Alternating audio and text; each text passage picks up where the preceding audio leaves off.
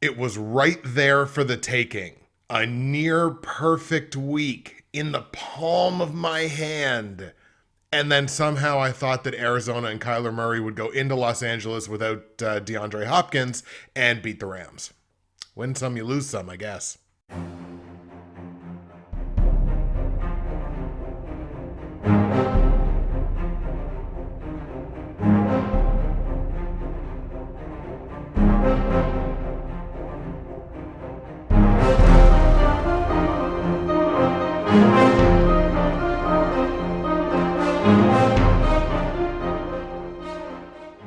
What's happening, everybody? Justin, Bridgewater's finest on YouTube, Blockbuster_guy on Twitter, fueled as always by the incredible folks at NerdTees, and welcome to the Division Round playoff episode of my weekly NFL football pick show for the 2021 NFL football season and postseason. Super Wildcard Weekend is now in the rear view. Some people seem to complain about it. I thought it was a highly entertaining long weekend of football Saturday, Sunday, and then the Monday night game last night that I mentioned off the top.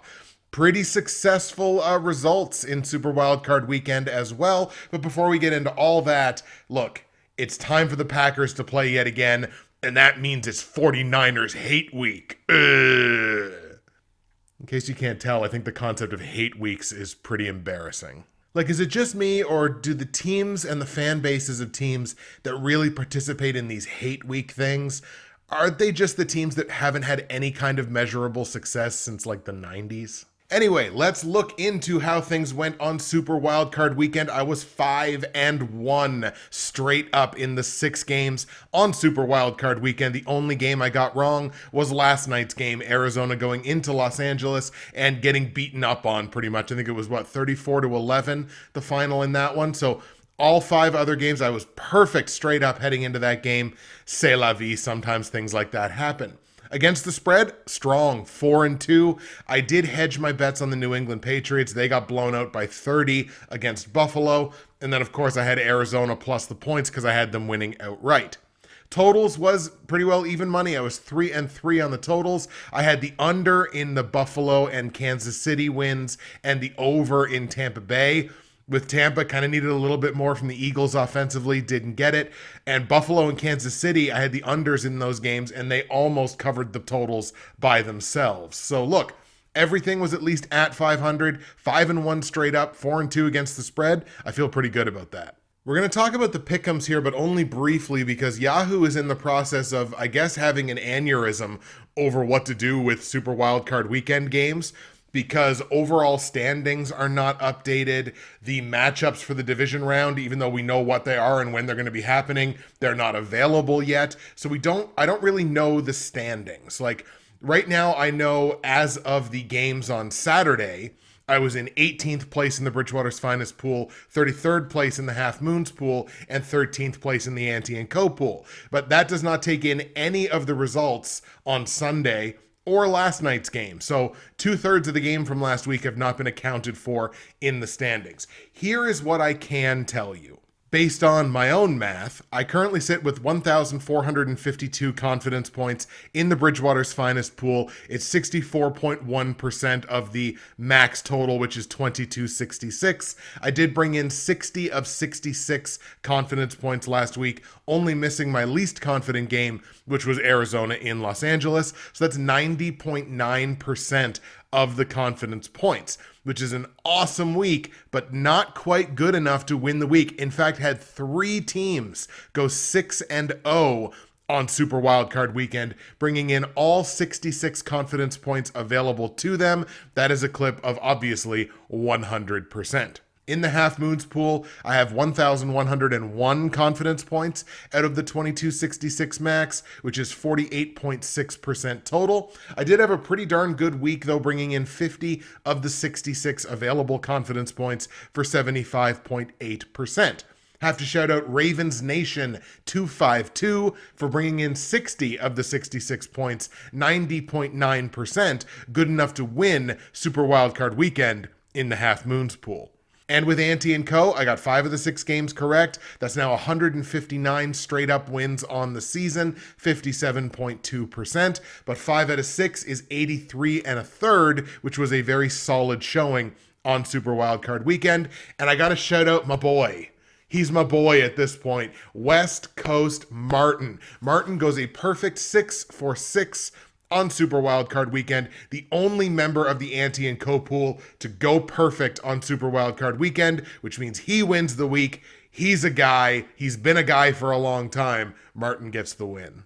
I will, of course, go ahead and update you in the comments section below once Yahoo figures itself out and once we have the actual overall standings and the overall leaders. Heading into this week, it was Uncle BBQ Barry, Moby Polito, and Rams Fan 412, respectively, but I will update those numbers as soon as Yahoo makes them available.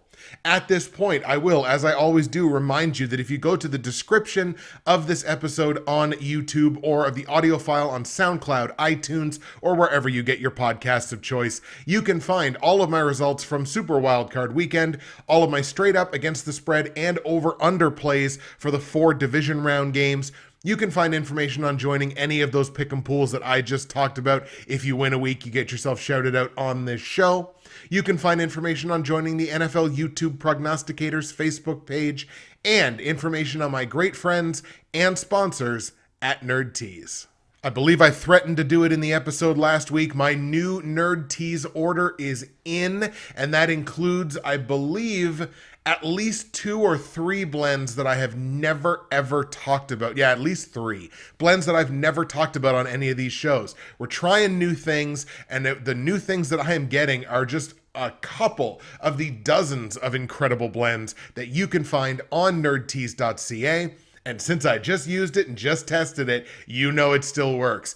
Promo code BWFinest, that is going to save you your 15% at checkout. You're going to get free shipping in Canada on any order over $100. You're also going to get a great conversion rate on the US dollar. Now, today's blend is lemon ginger. It has been a long time, just a happy, comforting tea for me, and I wanted to make sure that my voice was at its absolute best to talk about the division round games. Nerdtees.ca, promo code BWFinest, save your 15%, get your free shipping, find yourself something to love, or find someone you love something to love. You can do it on nerdtees.ca. No time to waste on this busy Tuesday. Your division round matchups look like this. On the AFC side, you've got the number 1 seed Tennessee Titans at home playing host to the Cincinnati Bengals, who came up with a 7-point victory at home against Las Vegas in the last round. And the AFC 2 versus 3 matchup, so all the favorites moving through the Super Wildcard Weekend. We've got the Kansas City Chiefs at home playing host to the Buffalo Bills. Both of those teams coming off of games where they either doubled up or absolutely dominated the opposition. Kansas City doubling up Pittsburgh, Buffalo blowing out New England by 30. On the NFC side, you got the number 1 seed, my Green Bay Packers, who will be at home playing host to the San Francisco 49ers, the lowest seed remaining in these playoffs. I believe last week I may have called them a bracket buster. If I didn't, I'm doing it now. The prospect is definitely there for this Niners team. The Niners pulling off the, I think it was 23-17 win against the Dallas Cowboys with all of the end of game chicanery and ridiculousness that took place in that game. But the point is the Niners went out there and got the job done. NFC 2 versus 4 matchup, we got the Tampa Bay Bucks at home playing host to the Los Angeles Rams. Bucks doubling up the Eagles, and the Rams absolutely dominating Arizona last night. All right, ladies and gentlemen, without further ado, let's get things started, and we're going to go for our games on Saturday. The number 1 AFC seed, Tennessee Titans, playing host to the Cincinnati Bengals. Now, Tennessee generated that number 1 seed by virtue of a 12-5 regular season record. Also, we're 7-2 at home this year. Very strong performance in their own building on the season. Cincinnati moving their record to 11-7 overall this year with their win last week again against the Vegas Raiders. They are 5-3 on the road. They were a solid road team this year. As betting favorites, which the Tennessee Titans are in this matchup, they are laying 3.5 points as the home favorite. Tennessee 6-3 overall straight up this year, winning their games by a little over 5 points on average per game. As a dog, Cincinnati actually 5-4 this year. So as a betting underdog, they won 5 games straight up on the season, which is a very successful season coming into games as underdogs. And on those games, the average margin of victory for Cincinnati was plus 3.9. Now, while Tennessee was 6-3 as a betting favorite this year straight up, against the spread, bit of a different story. Under 500, only 4-5 against the spread, and on average, they lost to the spread by about a single point on average per game. So yes, they won 6 of those 9 games, but were under 500 covering Vegas's number. Meanwhile, Cincinnati as a dog this year, like I mentioned, 5-4 straight up, 6-3 against the spread, and tended to beat Vegas's number by over a full touchdown on average, plus 7.2. Now, against common AFC opponents, Cincinnati 9-4 on the year, plus 5.7 the margin of victory there. Tennessee, respectable, 8-4 against the AFC this year. Margin of victory is about the same at 5.8. Willing to call that one a wash. And it's kind of a wash against the spread as well. Cincinnati 11-7 against the spread overall this year, tended to beat Vegas's lines by 4.2 points. Meanwhile, Tennessee 10-7 against the spread this year and tended to beat Vegas by 2.9. So the story of this game is two teams that had solid results against the spread, except, of course, when Tennessee was a betting favorite. When they were underdogs, they were blowing teams out against the spread. But as favorites, they were tending to get beaten by the lines. Obviously, two dueling storylines coming into this game, that being the health of Cincinnati's pass rush and defensive line, and for Tennessee, the health of Derrick Henry. Now, obviously, the return of Derrick Henry has kind of been looming over this game for weeks and weeks and weeks now. When the conversation first started, like, boy, you know, he could be back for the playoffs. That's why it was so important for the Titans to get that first round bye, which is exactly what they did. For Cincinnati on the defensive line, Larry Ogunjobi suffering a season-ending injury last week. Trey Hendrickson is in concussion protocol. We don't know if he's going to be playing. And we saw that when Cincinnati lost those pass rushers last week, they basically completely lost any pressure on Derek Carr and the Raiders last week, and that allowed the Raiders to stay in that game, come back, be in a position to potentially tie that game late. Tennessee, obviously, with the benefit of coming in with a lot of rest off of the bye. Cincinnati still one of the 5 least penalized teams in the regular season this year, so they're not going to make a ton of mistakes. I just think that pass rush is going to be the Achilles heel here for the Bengals. Maybe this changes if Trey Hendrickson clears concussion protocol and can play, but he's only got about 4 days to do that, and I think that process begins for him today. So that is a very tough ask for a guy to clear the NFL's protocol that quickly.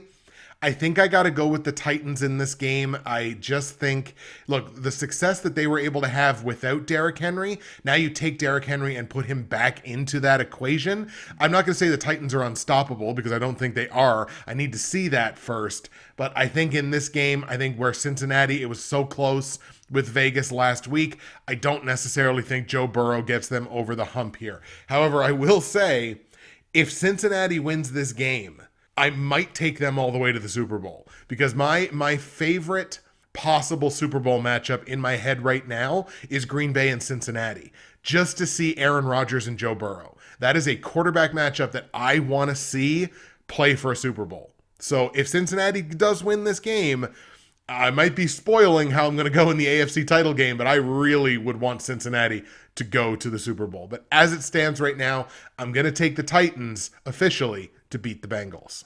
On the line, like I mentioned, Tennessee's laying 3.5 points here as the home favorite. I'm actually going to hedge my bets. I'm going to take Cincinnati here plus the 3.5 points.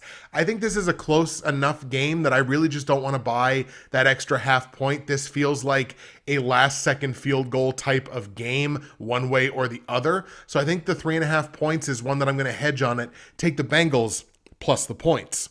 Total in the game set at 47. This is pretty darn close to a perfect number, but I've got this staying just a couple of points under this. I think Tennessee, Both of these teams actually are capable of dominating games with their run game. So I think low scoring is probably the way to go with this. We're going to go under 47 points in Tennessee, Cincinnati. Let's go Titans 24, Bengals 21. Tennessee gets the win. Cincinnati covers the points. Second game on Saturday sees the San Francisco 49ers in Lambeau Field taking on the Green Bay Packers. Packers come into this game as 5.5-point favorites against the spread. San Francisco moves their record to 11-7 on the season. This is also the third straight road game for San Francisco, dating back to the final game of the regular season. But they are 7-3 on the road this year, a very, very solid road team. Look, if you can win better than 2 out of every 3 games on the road, you're setting yourself up for success one way or the other. Now, it means they're only even money at home. They don't have to worry about playing at home anymore this year. Green Bay, the number 1 seed in the NFC, off of a 13-4 record in the regular season, and ran the table 8-0 this year at Lambeau Field, the only team to go undefeated in their home building this season. Green Bay also played a ton this season as Vegas's betting favorites. 13 of their 17 games, they were favored to win the game. They were 10-3 straight up in those games, beating their opponents on average by 5.5 points, which is exactly what the spread is in this game.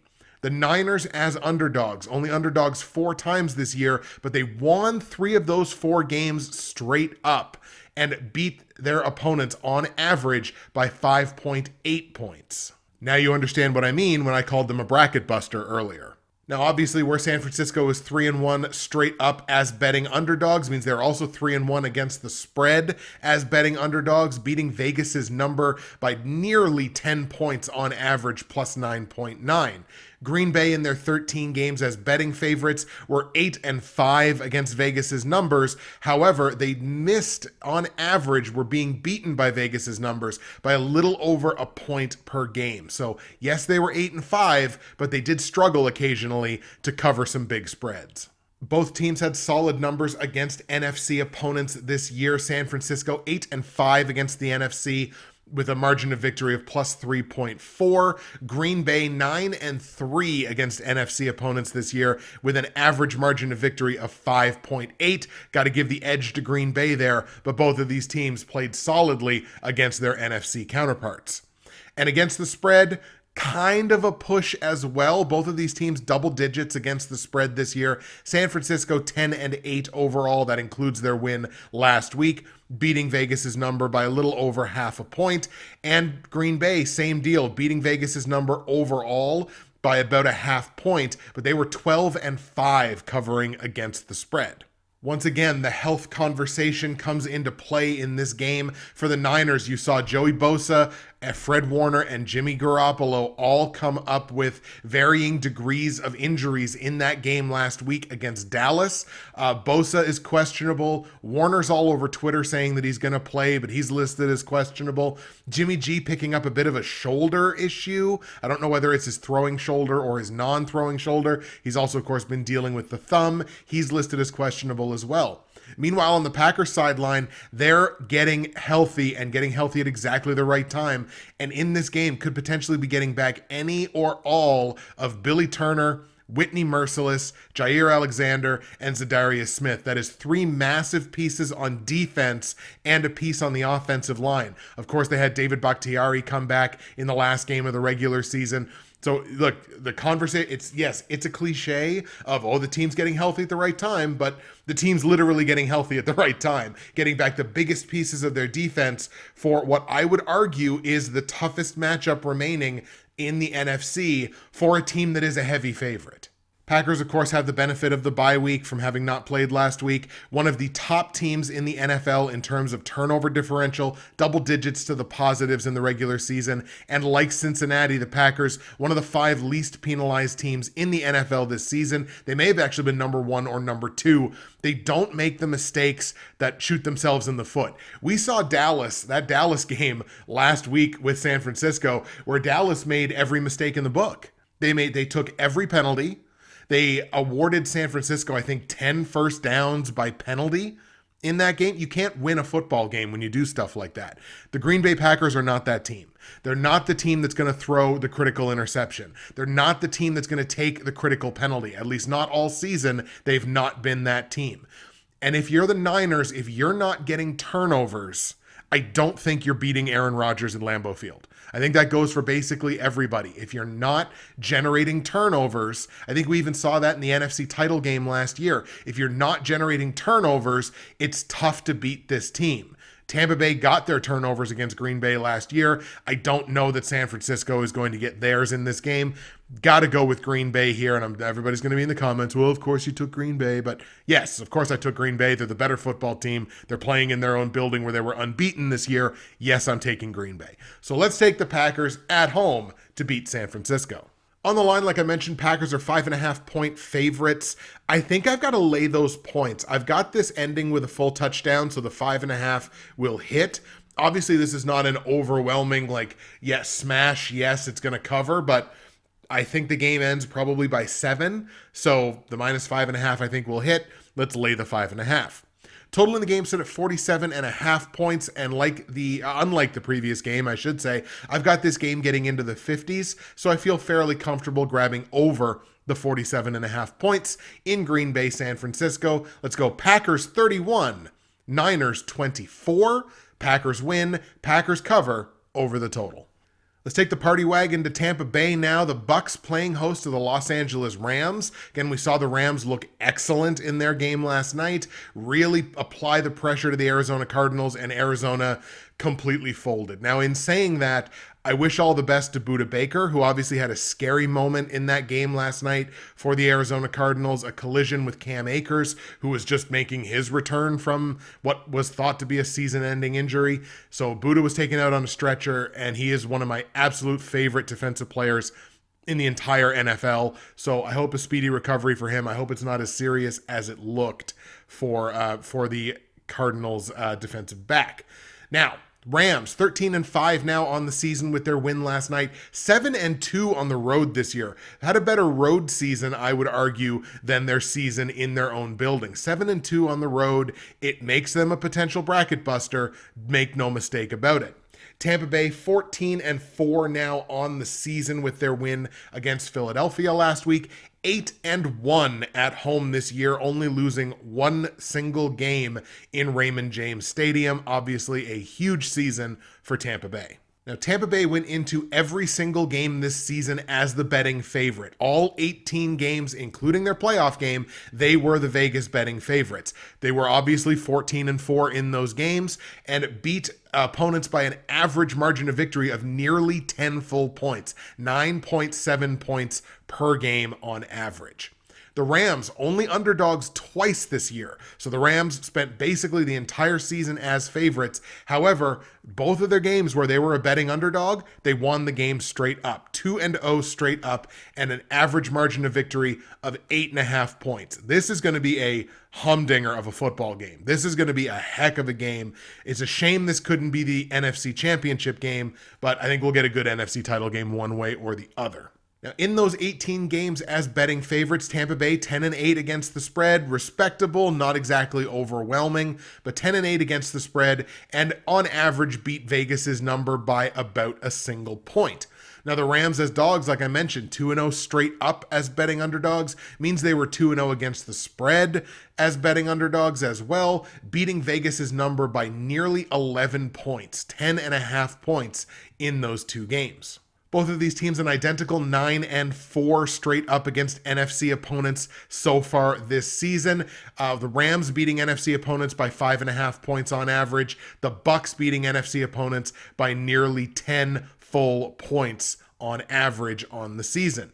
And it's basically a push against the spread as well. Rams 9-9 against the spread on the year, just basically beating Vegas's number by not even a half point on average. And the Bucs, like I mentioned, 10-8 plus 0.9. Both of these teams come into this game essentially healthy. The Rams really have no significant injuries on their side, and Tampa Bay has no new significant injuries. Like, they've kind of figured out Life after Chris Godwin getting hurt, life after Antonio Brown having his hissy fit, life after all of these things. Tampa's kind of figured that out. So basically, both of these teams come into the game essentially healthy. You might want to keep an eye on Leonard Fournette. I think he has the questionable tag, although he may have been upgraded to probable at this point. So we'll keep an eye on Leonard Fournette. But other than that, it's basically straight up between these two teams. The Rams obviously come into this game on the short week where they had to play on Monday Night Football last night. They are, like Green Bay and like Cincinnati, one of the least penalized teams in the NFL. So look, it's almost like me spending the whole season talking about being some of the least penalized teams. It's almost like it makes sense because 3 of the 5 least penalized teams in the NFL are among the NFL's final 8 teams. So it's almost like not taking penalties is important. The Bucs, like the Packers, come into this game as one of the absolute best ball control teams in the NFL. Double digits to the positive in terms of their turnover ratio. They do not turn the ball over. They generate turnovers on the defensive side. And I think that could wind up being the difference in the game. I think the Bucs probably get that critical turnover. We've seen Matthew Stafford be prone to throwing those turnovers, throwing interceptions, losing fumbles, things like that. We've seen the Rams as a whole be a little more prone to that than the average team. I believe actually they're, -3 on the regular season for their turnover ratio. I think that winds up being the difference in the game. I think the Bucs get that critical turnover. I think the Bucs turn it into points. I think the Bucs win the game. So let's take Tampa Bay at home to get the win over the LA Rams. Now, Bucs come into this game as 3-point favorites at home. I like them to win. It's a relatively small price to pay, so I'm going to go ahead and lay the 3 points on Tampa Bay. Total in the game set at 48.5 points. It's our highest total so far, but I've got this game potentially getting into the very low 60s. I think it easily gets into the 50s, and where that's the case, we're going to grab the over on the points. Let's go over 48.5 points in Tampa Bay, Los Angeles. Let's go Bucs 34, Rams 27. Bucs straight up, Bucs cover the -3. In our final game of the divisional round, the Kansas City Chiefs, the number 2 seed in the AFC, playing the AFC's number 3 seed, the Buffalo Bills. So obviously both of these teams, dominant wins on Super Wildcard Weekend, really were not challenged other than, I guess, in Buffalo's case, other than by the elements because it was awfully cold, but really were not challenged by the teams that were in front of them. They made those teams make mistakes. They capitalized on them. That is the nature of both of these football teams. And actually, like Tampa Bay and the Rams, both of these teams are going to come into this game essentially healthy. No real significant injuries, no critical injuries on either side. You're going to want to watch Clyde Edwards-Helaire and his injury situation with the Chiefs, but other than that, they're both basically essentially healthy. Buffalo comes into this game now 12-6 on the season, 5-3 on the road this year, which is a respectable road record. Kansas City now 13-5 on the season overall and 8-2 in their home building. A very strong performance for Kansas City in Kansas City. Like Tampa Bay, the Chiefs were the betting favorites every single time they took the field this season. So obviously, as a betting favorite, they were 13-5 straight up, winning their games on average by 7.5 points per game. Buffalo, only an underdog 3 times this year. They won 2 of those games outright. So 2-1 straight up with an average margin of victory of 8 points. Now, despite a 13-5 record, the Chiefs were only even money so far against the spread this season at 9-9. They went into last week's game 8-9 before they blew out the Steelers. So 9-9 against the spread. Average margin of victory to the spread, a little over a single point. I believe they came into last week in the negatives, and that's what happens when you beat a team by whatever it was, 21 or 22, however much they beat them by. Buffalo, obviously, where they're 2-1 straight up as a dog. They're also 2-1 against the spread as a dog, beating Vegas's number by over 10 points on average, plus 10.3. Both of these teams an equal 8-5 straight up this year against AFC opponents. Buffalo beating AFC opponents by almost 12 points per game on average, plus 11.7. Kansas City with a respectable plus 6.8 margin of victory against AFC teams. Now, against the spread, I got to give the edge to the Buffalo Bills here overall on the season. 10-6-2 against Vegas's numbers and beat those numbers by about 4.5 points on average on the year. Once again, Kansas City, even money 9-9 and beat the numbers by about a point. Definitely have to give the edge there to Buffalo. Where the Rams in the previous game had the detriment of the short week, the Bills here have the benefit of the long week. They played early this week and they get to play, or last week, and they get to play on Sunday this week. So they actually have 8 days there between games. Kansas City has no such benefit. So that is at the very least a little extra time to rest up and get healthier, get the energy levels up. Both of these teams take a few too many penalties. They're not among the most penalized teams in the league. They just take a few too many for my liking. So that is obviously a situation to watch. Boy, both of these teams were really impressive last week. This makes this an incredibly difficult game to pick. When I take a look at how these two teams have played over the last 4 games, and that includes the playoff game, Kansas City and Buffalo are both scoring 34 points a game. The difference is on the defensive side. The Chiefs are giving up an incredibly respectable 21 points a game on average over their last 4 games. The Bills, 16. They have only allowed one opponent in their last 4 games to score more than 20 points. Yes, offenses win you games early in the playoffs. Defenses win you championships. I'm going to take the Buffalo Bills. I'm going to take Buffalo in the upset here to go into Kansas City, get the win over Andy Reid and Patrick Mahomes and an incredibly good Kansas City Chiefs team. This is the worst draw for the Chiefs in the AFC. This is why it was so important for Kansas City to get the number 1 seed, and they were not able to do it. I think it's Josh Allen and the Buffalo Bills' time. Let's take Buffalo on the road in Kansas City to beat the Chiefs. Now, against the spread, Kansas City is the favorite here. They're only favored by 2.5 points. So genuinely, I can't get mad at anybody for going either way on this line. That line is so close. It's such a small price to pay. If you like the Chiefs to win, you almost have to lay the 2.5 points because why wouldn't you? I like Buffalo to win, so give me the plus 2.5. Total in the game is by far the largest total of the week at 55 points, expecting a bunch of fireworks in this game. I think this is going to be close because I love these offenses. I just think Buffalo's defense makes that 1 or 2 plays that winds up determining the game. I'm still going to go over on it because I expect Buffalo to put up plenty of points.